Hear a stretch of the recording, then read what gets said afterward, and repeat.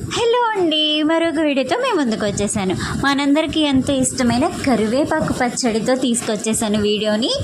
ఏం చేయాలంటే కరివేపాకు, ఎండుమిరపకాయలు సరిపడగా తీసుకుని ఫ్రై చేయాలి.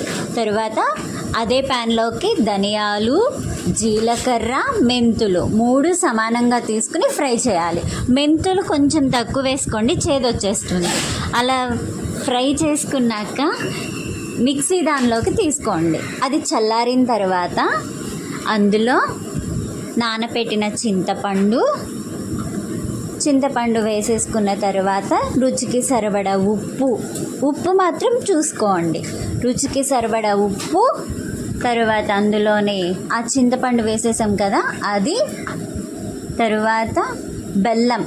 మేము స్వీట్ తింటాము, మీకు కావాలంటే ఆ బెల్లం ఆప్షనల్. అందులోనే పసుపు వేసి మిక్సీ గ్రైండ్గా ఈ విధంగా కచ్చాపచ్చిగా పట్టేసేయండి. అంతే, ఎంతో రుచికరంగా ఉండే పచ్చడి.